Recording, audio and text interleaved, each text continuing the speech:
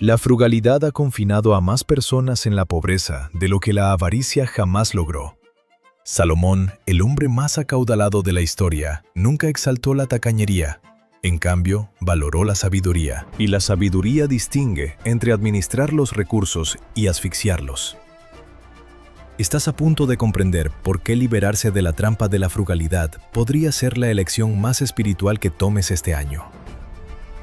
Una oración por lucidez y valentía te aguarda al final. La mayoría de las personas fallecen con remordimientos, no por haber gastado en exceso, sino por nunca haberse permitido vivir plenamente.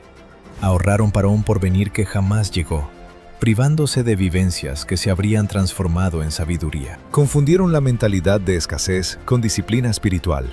Sin embargo, Salomón, constructor de templos, palacios y flotas navales, comprendió algo que el creyente actual ha olvidado. Dios no bendice a los acaparadores. El gran equívoco reside en esto. Interpretamos las Escrituras bajo la óptica de la escasez. Percibimos advertencias sobre el apego al dinero y asumimos que implica rechazar la abundancia. Pero Salomón jamás rehusó la prosperidad. Él rechazó la preocupación. En Proverbios 21, versículo 20, Salomón escribió que tesoros preciosos y aceite hay en la morada del sabio, pero el necio los devora. Observa lo que no mencionó. No afirmó que el hombre sabio rechace el lujo. Dijo que el hombre sabio no lo consume de manera imprudente. Eso no es frugalidad. Eso es una estrategia bien pensada. La frugalidad te inculca el temor a gastar. La administración te enseña a temer el despilfarro. Una se arraiga en la escasez, la otra en el propósito. Y la brecha entre ambas es la que existe entre la esclavitud y la filiación. Cuando actúas desde la escasez, siempre estás computando pérdidas. Cuando operas desde la administración, siempre estás evaluando el impacto. Salomón lo sabía. Por eso no acumuló oro en bóvedas subterráneas, lo invirtió, construyó con él. Lo destinó a rutas comerciales que tardaban 3 años en generar retorno. La iglesia contemporánea ha confundido la frugalidad con la santidad. Se nos ha inculcado que gastar en uno mismo es egoísta, que la comodidad es una concesión, que disfrutar de la provisión es soberbia. Pero Eclesiastés 5, versículo 19, declara: cuando Dios otorga a alguien riquezas y bienes, y la capacidad de disfrutarlos, de aceptar su porción y de regocijarse en su labor, esto es un don divino. ¿Comprendiste eso? La facultad de gozar lo que se te ha concedido es en sí misma un obsequio, no una culpa ni un permiso, sino un regalo. Esto implica que la mayoría de los creyentes están rechazando una de las bendiciones fundamentales de Dios, la habilidad de recibir sin vergüenza. Aquí es donde la religión se aparta de la revelación. La religión postula: niégate hasta que duela. La revelación afirma: adminístrate hasta que se multiplique. Salomón no era un minimalista, era un maximizador. Primera de Reyes 10, versículo 27 nos dice: hizo que la plata fuera tan común en Jerusalén como las piedras. Eso no es una vida modesta, es una construcción de abundancia. Y esto no provino de la avaricia, sino de la sabiduría. Él comprendió que la riqueza fluye hacia quienes la honran, no hacia quienes la acaparan. Charlie Munger, una de las mentes financieras más disciplinadas de la era moderna, cimentó su filosofía en el pensamiento inverso. No se preguntó cómo enriquecerse, sino cómo evitar permanecer en la pobreza. Y uno de sus principios fundamentales era este: evita los ahorros engañosos. No ahorres $5 hoy si te costará 500 mañana. No adquieras la herramienta barata que se estropea en 6 meses. No eludas la inversión en salud, educación o calidad que rinde frutos por décadas.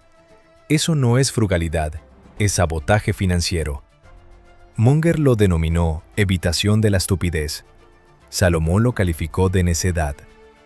La mentalidad de escasez opera desde el miedo. Se pregunta: ¿y si me quedo sin nada?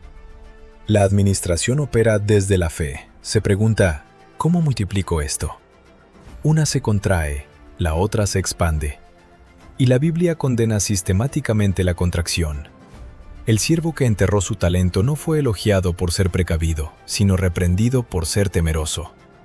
Porque el miedo disfrazado de cautela sigue siendo miedo. Y el miedo es lo opuesto a la fe. Deja de tratar el dinero como un dragón al que debes dejar morir de hambre. Trátalo como una semilla que debes sembrar. Salomón no se convirtió en el rey más rico de la tierra recortando cupones. Se enriqueció construyendo sistemas, invirtiendo en comercio, valorando la calidad y comprendiendo que los recursos están destinados a circular, no a petrificarse. Proverbios 11, versículo 24, lo expresa con claridad. Hay quien reparte generosamente y aumenta sus riquezas. Otro retiene indebidamente y acaba en la miseria. Eso no es una metáfora. Esa es una ley económica plasmada en las Escrituras. Si esto resuena de manera distinta a lo que te han enseñado, quiero que hagas algo ahora mismo. En los comentarios, dime desde dónde nos estás viendo. Hazme saber qué ciudad, qué país, qué rincón del mundo está escuchando esto, porque este mensaje no es solo para ti, es para la persona a tu lado que ha estado asfixiándose. Based on the falsehood that piety implies deprivation. Let's journey back 3 millennia. King Solomon faced a crucial choice at the border of his realm. Gold flowed into his coffers at an astonishing rate of 666 talents each year, equating to approximately 25 tons of the precious metal annually. His maritime expeditions to Tarshish brought back, every 3 years, valuable cargo such as ivory, monkeys, exotic birds, silver, and additional gold. Possessing 1,400 chariots and 12,000 steeds, his riches dwarfed those of other monarchs, making them seem like common vendors. Yet he didn't hoard his fortune. Instead, he utilized it for construction. He erected a temple of such splendor that it left the Queen of Sheba breathless upon sight. Furthermore, he built a royal residence, whose completion spanned 13 years. He cultivated lush gardens and expansive vineyards. He established an infrastructure, transforming Jerusalem into the central hub of ancient trade. At the time, none of these endeavors were deemed frivolous. Rather, they were recognized as acts of wisdom. This was because Solomon grasped a fundamental truth, one that Munger would express thousands of years later. Excellence accumulates value, while inferiority crumbles. The pivotal insight lies in Ecclesiastes chapter 5, verse 19. For every person to whom God has granted riches and possessions, and has also empowered them to enjoy these, to accept their share, and to find joy in their work, this is a divine gift. The term power in this context holds immense significance. It signifies authorization. It denotes control. Solomon conveys that divine provision extends beyond mere resources. It includes the right to savor them without remorse. To decline this authorization is to spurn the gift itself. Many perceive Solomon's affluence as a recompense, but it was, in fact, a trial. He successfully navigated this challenge throughout the majority of his rule by adhering to a singular principle. Opulence ceases to be sinful only when it avoids becoming a form of bondage. He reveled in prosperity without succumbing to its control. His grand constructions were not self-serving. The temple honored God, and the public works benefited the populace. The cultivated grounds served purposes of aesthetic pleasure, relaxation, and celebrating the splendor of creation. Nothing was accumulated. Everything was put into circulation. Compare this to contemporary believers who hesitate to invest $15 in a superior kitchen knife, deeming it extravagant, and instead opt for a $5 alternative that loses its edge within a quarter. They end up replacing it 4 times, sharpening. They injure themselves due to the blade's poor performance, yet label this behavior as responsible management. Solomon, however, would deem it folly, for penny pinching at the expense of greater loss is not sagacity. It is apprehension masquerading as moral uprightness. Should this lesson resonate with you, please grant me a small favor before we delve further. Please press the like button, not for algorithmic visibility, but for those individuals who require validation to cease self-reproach for desiring excellence. Signal to them that this discourse merits their attention. Behold, the Solomonic benchmark. Should an item endure, fulfill its purpose, and yield further benefit, its expense is justified. Conversely, if it fails, depletes resources, or becomes defunct in storage, it represents a forfeiture of your future potential. This principle isn't about lavishness, it's about shrewdness. Thomas Aquinas referred to it as the virtue of grandeur, stating that rather it concerns investing judiciously. It involves aligning the magnitude of the resource with the significance of its objective. One does not construct a sacred edifice from mere mud bricks. One does not venerate the divine with meager remnants. And one does not manage a life effectively by stifling it through misguided frugality. Solomon demonstrated that prosperity and compliance are not antithetical concepts. Instead, they are complementary. When sagacity guides, riches ensue. And when riches ensue, they become instrumental. Let us now explore a topic often avoided in conventional instruction. The true spiritual peril isn't found in appreciating divine provisions. It lies in accumulating them due to an apprehension that further provision will cease. This mirrors the transgression of the wealthy simpleton in Luke chapter 12. His error wasn't in possessing granaries. It was in constructing larger ones to stockpile what ought to have been distributed. He regarded divine supply as a stagnant lake, whereas its intended design was that of a flowing river. Rivers that cease their current inevitably transform into marshes. Accumulation is not responsible management. It is active disbelief. Each instance you decline to invest in superior quality due to cost apprehension, you are implicitly asserting a limit to divine provision. Similarly, every time you amass unused resources out of a fear of future shortage, you are, in essence, constructing a shrine to apprehension. And apprehension, regardless of how it's disguised as self-control, remains a transgression, for it signifies misplaced trust. You place greater reliance on your own capacity for self-preservation than on the divine capacity for sustenance. Sir John Templeton, a renowned financial intellect and a profoundly devout individual, articulated this: "My current focus is on spiritual prosperity, and as a result, I find myself more engaged, more passionate, and more content than at any prior time." Observe what he omitted. He did not declare a renunciation of material possessions. Instead, he stated a concentration on spiritual affluence. The outcome was not destitution, but rather vitality, fervor, and happiness. For spiritual prosperity does not contend with physical sustenance. Appropriate times for expenditure, saving, charitable giving, and investment in construction. This principle, though ancient, stands in opposition to contemporary evangelical norms. We've been instructed that departing this life with a substantial bank balance signifies achievement. Solomon, however, would label this Porque una cuenta bancaria de muerte llena significa que no utilizaste plenamente los recursos que te fueron confiados. Dejaste herramientas en el cobertizo, semillas en el silo y el regalo sin abrir. Y el amo no recompensa al siervo que solo guardó el talento, sino al que lo multiplicó. Invertir en vivencias no es un derroche, es una inversión que se multiplica. Un viaje que amplía tu visión modifica tu percepción de las oportunidades.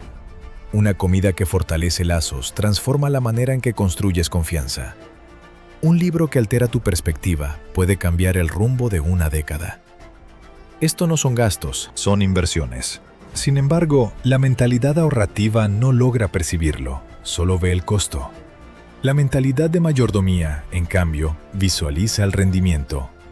C.S. Lewis, una de las voces más lúcidas del pensamiento cristiano contemporáneo, escribió algo que la mayoría de los creyentes no aceptarían. No existe inversión segura. Amar, en sí mismo, es ser vulnerable. Si amas algo, tu corazón sin duda se estrujará y es posible que se rompa. Pero si deseas mantener tu corazón a salvo, envuélvelo con cuidado en pasatiempos y pequeños lujos. Evita cualquier tipo de compromiso emocional. Enciérralo a buen recaudo en el ataúd de tu egoísmo. Y dentro de ese ataúd, seguro, oscuro, inmóvil, sin aire, no se romperá. Se volverá inquebrantable, impenetrable, irredimible. La alternativa al riesgo de la tragedia es la condenación. El único lugar fuera del cielo donde puedes estar completamente a salvo de todos los peligros del amor es el infierno. Léelo de nuevo despacio. Lewis afirma que la búsqueda de seguridad, control y preservación conduce a la muerte espiritual. Y esto se aplica tanto a tus finanzas como a tu corazón. No puedes acumular riquezas para alcanzar la abundancia. No puedes ahorrar para construir un legado. No puedes protegerte para encontrar tu propósito. Debes arriesgarte. Debes poner en acción. Debes confiar en que el mismo Dios que te lo dio, te lo dará de nuevo. Charlie Munger dedicó 80 años a estudiar el comportamiento humano, los ciclos de mercado y la toma de decisiones. Y una de sus enseñanzas más recurrentes era esta: invierte, siempre invierte. No te limites a preguntar cómo tener éxito. Pregúntate cómo fracasar y luego evita esos caminos con exactitud. Cuando aplicas el pensamiento de inversión al gasto, el mito de la frugalidad se desmorona al instante. Porque la pregunta deja de ser ¿cómo gasto menos? Y empieza a ser ¿cómo evito malgastar los recursos? Y esas no son la misma pregunta. Malgastar recursos no significa gastarlos, sino invertirlos en cosas que se deterioran, se devalúan o desaparecen sin dejar ningún beneficio. Un par de zapatos baratos que se deshacen en 6 meses es un desperdicio. Un par de calidad que dura 5 años es una buena administración. Una comida en casa con sobras recalentadas mientras revisas tu teléfono es un desperdicio. Una comida en una mesa con seres queridos, donde la conversación se profundiza y se forjan lazos, es una inversión. Munger comprendió esto en los negocios. Salomón lo entendió en la vida. La psicología de la valía es la jaula invisible en la que vive la mayoría de los creyentes. No se sienten merecedores de calidad, ni de descanso, ni de belleza. Y esa falta de valía se disfraza de humildad. Pero no es humildad, es aceptar una mentira. Porque si Dios te ha concedido la capacidad de disfrutar lo que Él provee, y tú rechazas esa capacidad, no lo estás honrando. Estás ofendiendo el regalo al negarte a abrirlo. Tomás de Aquino, uno de los grandes arquitectos teológicos de la fe, escribió extensamente sobre la virtud de la magnificencia. Afirmó que se trata de equiparar la magnitud de la inversión con la envergadura del propósito. Y Aquino argumentó que negarse a invertir en grandes causas por miedo o falsa humildad es una deficiencia de virtud, no una manifestación de ella. Reflexiona sobre esto. Uno de los teólogos más respetados en la historia de la Iglesia afirmó que negarse a gastar en propósitos valiosos no es santidad, es cobardía. Porque revela un corazón que no confía en la provisión divina, que no honra los recursos que le fueron encomendados y que no cree tener un propósito digno de ser construido. Eso no es mayordomía, es sabotaje disfrazado de lenguaje religioso. Romper con la mentalidad de pobreza generacional no se trata solo de aumentar los ingresos, se trata de aumentar el permiso. Permiso para invertir en uno mismo, permiso para valorar la calidad, permiso para creer que vales el costo de tu propio desarrollo.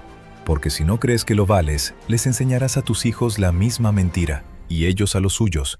Y dentro de 3 generaciones, tu linaje familiar seguirá atrapado en el mismo ciclo de escasez, llamándolo fidelidad. El testimonio contemporáneo de esta verdad no proviene solo de Munger, Lewis o Templeton. Es cada persona que eligió la calidad por encima de lo barato y vio cómo su vida se multiplicaba. Cada emprendedor que invirtió en las herramientas adecuadas en lugar de las más económicas y construyó algo duradero. Cada padre que gastó dinero en experiencias con sus hijos en lugar de ahorrarlo para una herencia y vio cómo esos recuerdos forjaban el carácter. Cada creyente que diezmó cuando no tenía sentido en el papel y vio cómo las provisiones aparecían de maneras impredecibles. Estas no son excepciones, son el patrón. Y el patrón es este: la fe actúa. El miedo acumula, la sabiduría fluye, la necedad se estanca. C.S. Lewis nos dio el lenguaje para lo que la mayoría de la gente siente, pero no puede nombrar. Dijo: la seguridad es el mayor enemigo del mortal, no el peligro, sino la seguridad. Porque la búsqueda de la seguridad absoluta, de resultados garantizados, de una vida sin riesgos, es la búsqueda de la muerte mientras aún se respira. Es la asfixia paulatina del propósito, bajo el yugo de la cautela. Y esto se extiende a cada faceta de la vida, incluyendo tus hábitos de gasto. Es imposible llevar una vida significativa si te mantienes en una actitud de autoprotección. No es posible construir un legado si te limitas a la seguridad. No honras a Dios si tratas su provisión como un objeto delicado que podría romperse al usarlo. Él te lo entregó para que lo despliegues, no para que lo escondas. Y en el momento en que asimilas esto, todo se transforma. La culpa se desvanece, el miedo se libera. Y así comienzas a tomar decisiones, no desde la escasez, sino desde la plena confianza en aquel que provee. Esta es la plegaria de Salomón por el equilibrio, tejida a lo largo de todo el libro de Eclesiastés. Él no suplicó por más riquezas. Su ruego fue por sabiduría para administrar aquello que le había sido concedido. No imploró la pobreza para conservar la humildad. Su petición fue por la facultad de gozar de su parte sin caer en la esclavitud de ésta. No rogó por seguridad. Su súplica fue por discernimiento, para distinguir entre lo que edifica y lo que despoja. Esa es la plegaria que nos surge hoy. No más dinero, ni menos anhelos, sino por la sabiduría para administrar con valentía, claridad y gozo aquello que se nos ha confiado, para discernir el momento de gastar y el de guardar, para saber cuándo edificar y cuándo dejar ir, para reconocer cuándo la calidad contribuye a la misión y cuándo es meramente una distracción que se disfraza de excelencia. Esa clase de sabiduría no emana de aplicaciones de presupuesto ni de gurús financieros. Surge de la sintonía con aquel que, en primer lugar, posee la totalidad. Antes de elevar nuestra oración, deseo invitarte a una acción.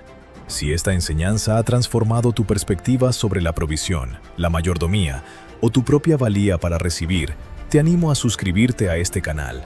Porque lo que edificamos aquí no es simple contenido, sino un movimiento de creyentes que se rehúsan a llevar vidas insignificantes en nombre de una santidad engañosa. Quienes comprenden que Dios no es glorificado por tu escasez, Él es glorificado por tu fidelidad en la abundancia. Ahora, si te es posible, cierra tus ojos o alinea tus pensamientos con los míos. Ahora, elevemos esto ante el Padre. Padre, nos presentamos ante ti no en calidad de mendigos, sino como hijos e hijas a quienes se les ha encomendado recursos, un propósito y provisión. Nos arrepentimos por las ocasiones en que hemos confundido el miedo con sabiduría, por las veces que hemos acumulado por incredulidad y lo hemos denominado mayordomía, por las instancias en que hemos rechazado el don del gozo al sentirnos indignos de él. Perdónanos por erigir altares a la escasez bajo el pretexto de la humildad. Instrúyenos en la senda de Salomón, no en sus yerros, sino en su lucidez. Concédenos la valentía para invertir en lo perdurable, el discernimiento para desechar lo que nos consume, la fe para movilizar recursos sin el temor a la escasez. Quebranta toda maldición generacional de mentalidad de pobreza que pese sobre nuestras familias. Permite que nuestros hijos nos observen transitar en abundancia sin altivez, en generosidad sin imprudencia, en sabiduría sin zozobra. Solicitamos el espíritu de magnificencia del que disertó Tomás de Aquino, la audacia para acometer grandes obras para tu gloria, la fortaleza para perseverar aun cuando nos suponga un sacrificio, y la sabiduría para comprender que gastar con dignidad no es pecado, sino un acto de obediencia. Ayúdanos a vivir en plenitud, Padre, no de forma temeraria ni egoísta, sino con total plenitud. Con la autoridad que nos has conferido para gozar de nuestra porción, para regocijarnos en nuestra labor y para multiplicar aquello que has depositado en nuestras manos, depositamos nuestra confianza en ti. No en nuestros ahorros, no en nuestras estrategias, sino en ti. En el nombre de Jesús, quien vino para que tuviéramos vida y la tuviéramos en sobreabundancia, oramos. Amén. Id en paz, andad en sabiduría, y recordad, Dios no recela de vuestra abundancia, solo le inquieta vuestra incredulidad.